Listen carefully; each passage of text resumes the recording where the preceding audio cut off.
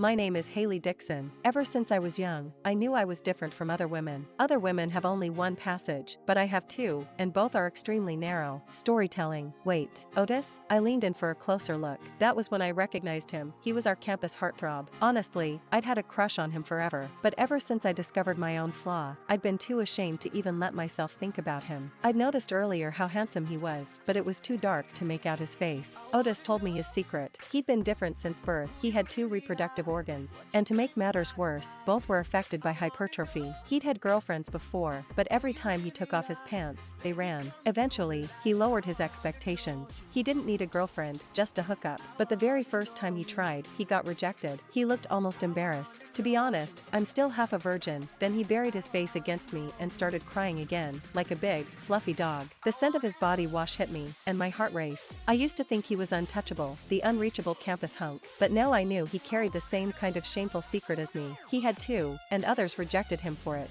And weren't we made for each other? He wasn't just good looking, he was strong and fit. To be pinned down by a face like that, to be taken by him, I'd probably roll my eyes back from sheer pleasure. And his hypertrophy against my narrowness, it would be the ultimate collision. I was so lost in thought that I accidentally brushed against him. A current shot through my whole body, and I couldn't help but shiver. Just thinking about what he had hidden in his pants, two enormous things, made me want him to drag me into the grove right then and there and have his way with me. That was when the dorm curfew bell rang. Panic hit me. Our dorm matron was strict. Once the bell rang, no one got in unless they wanted a call to the advisor. On any normal night, I would have sprinted back at full speed, but tonight, I didn't. Instead, I gathered my courage, looked up at the campus heartthrob, and said, with no small amount of shame, the bell rang. I can't get back into my dorm now. Can I sleep at yours tonight? The words barely left my mouth before I regretted them. Would he think I was some kind of slut? But he just looked surprised for a second, then nodded. Okay, in the end, he came up with a plan. He'd hung his bedding out to dry during the day, so he rolled me up inside his quilt, tucked me under his arm, and carried me back to his dorm. Somehow, it actually worked. The matron didn't notice a thing. Once we got to his dorm, he set me down on his bed, pulled the bed curtain shut, and headed off to shower. I hugged his pillow and squirmed like a happy little worm, feeling like I might float away on a cloud of bliss.